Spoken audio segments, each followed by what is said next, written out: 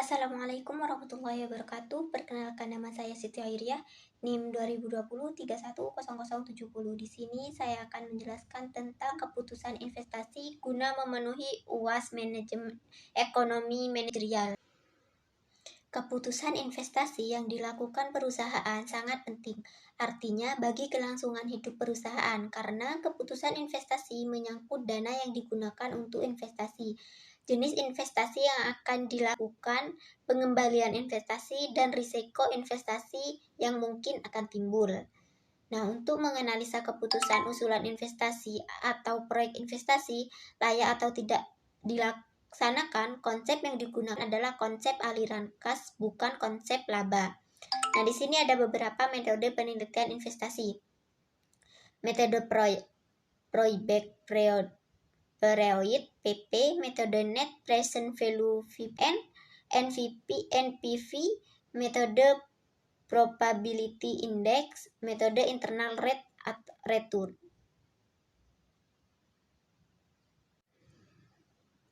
Untuk metode period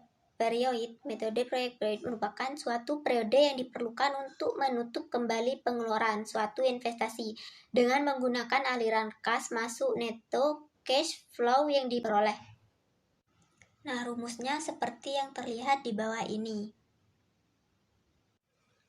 Metode payback period di sini mempunyai kriteria apabila payback period lebih banyak pendek dibanding jangka waktu kredit, apabila dananya berasal dari pinjaman yang disyaratkan oleh investor atau pihak bank, maka investasi diterima.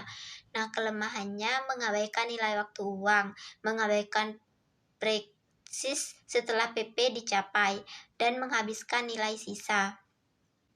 Yang kedua, metode Net Present Value (NPV). Metode Net Present Value merupakan metode untuk mencari selisih antara nilai sekarang dari present dengan nilai sekarang dari suatu investasi. Rumusnya bisa dilihat di samping.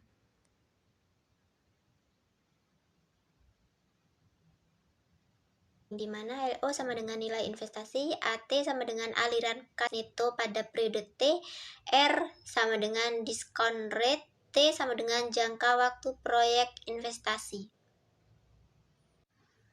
Nah, selanjutnya metode Internal Rate Return. Metode Internal Rate Return atau IRR merupakan metode penelitian investasi yang untuk mencari tingkat bunga yang menyamankan nilai sekarang dari lairan kas, neto, dan investasi. Pada saat IRR tercapai, maka besarnya NPV sama dengan 0. Untuk itu, menghitung IRR perlu dicari data NPV yang positif juga NPV yang negatif. Sekian dari saya, kurang lebihnya saya mohon maaf.